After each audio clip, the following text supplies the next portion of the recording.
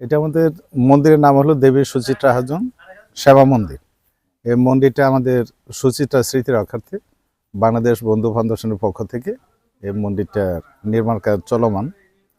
এর দৃষ্টিনন্দন যে গেটটা, এটা নির্মাণ কাজ চলমান। এটা আমরা ধরেন 15-20 দিন আগে থেকে কাজটা শুরু করছি, এটা এখনো চলছে।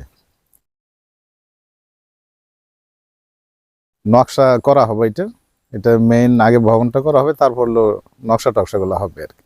পিছনে দেখতেছেন এটা হলো দেবী সুচিত্রা হাজং স্মৃতি সমাধি। এটা তার সমাধি স্মৃতিচিহ্ন স্বরূপ এইটা করা হয়েছে পিরামিড আদলে। এটা মূলত পিরামিড 3টা গম্বুজ থাকে, কিন্তু আমরা এখানে দিয়েছি 5টা গম্বুজ নেই পিরামিড। এটার কাজ এখনো চলমান, এটা কমপ্লিট হয় না। যে এটা আপনার আরো উপরে 14 ফিট গ্লাস হবে, 14 ফিট গ্লাস উপরে হবে। যে 14 ফিট গ্লাসটা যে জিরোতে মিলবে, এখনো এটার কাজও কিছু বাকি আছে, এটাও এখনো চলমান। এই মন্দিরের নাম আমাদের দেবী সুচিত্রা হাজং শ্যামা মন্দির। এটা 4 বছর ধরে কাজটা চলমান, কিছু কাজ বাকি আছে। ওই কাজটা হইলে আমাদের ওইটা পুরোপুরি কাজটা শেষ হবে।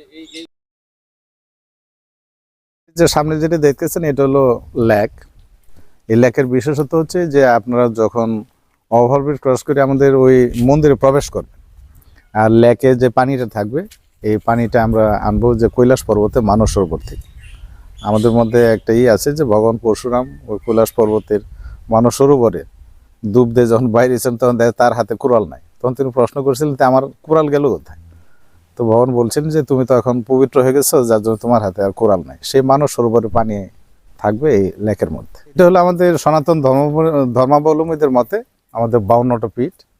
দুই পাশে, এই পাশে 26টা, ওই পাশে 26টা, এগুলো আমাদের 52টা পীঠ হবে এখানে।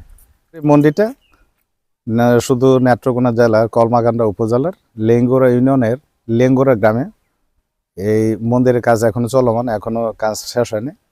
আমরা আশা করতেছি খুব শীঘ্রই আমরা এই কাজটা শেষ করতে পারবো এবং এই মন্দিরের শুভ উদ্বোধন করতে পারবো। আশা করি যে এই এলাকার জন্য একটা দৃষ্টিনন্দন মন্দির হবে, যেহেতু এখানে অনেক কিছু স্থাপন করা হচ্ছে।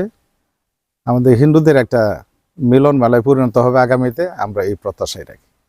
পর্যটন এরিয়া, পর্যটকদের আকর্ষণ করার জন্য আমাদের এই ব্যবস্থাপনা, এবং আশা করি পর্যটকরাও আকর্ষিত হবে, এখানে আসার জন্য উৎসাহিত হবে। বিরঞ্জন হাজং, আমি এটার মন্দিরের দেখাশোনার দায়িত্বে আছি।